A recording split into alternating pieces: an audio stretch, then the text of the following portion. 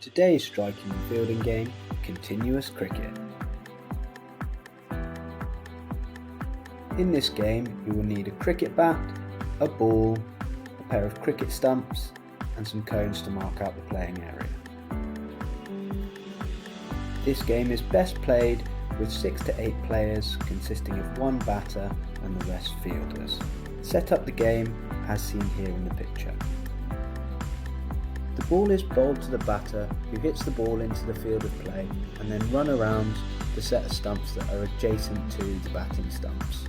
The fielders must return the ball to the bowler, who can then bowl at any time. Batters may be out in two ways. They may be caught out or they may be bowled out. You may want to retire the batters after they've scored a certain number of runs or after a certain time limit to ensure that everyone gets a turn in the time that you've got available. Here are some adaptations for you to consider. We hope you had fun in today's game and we look forward to seeing you in the next one.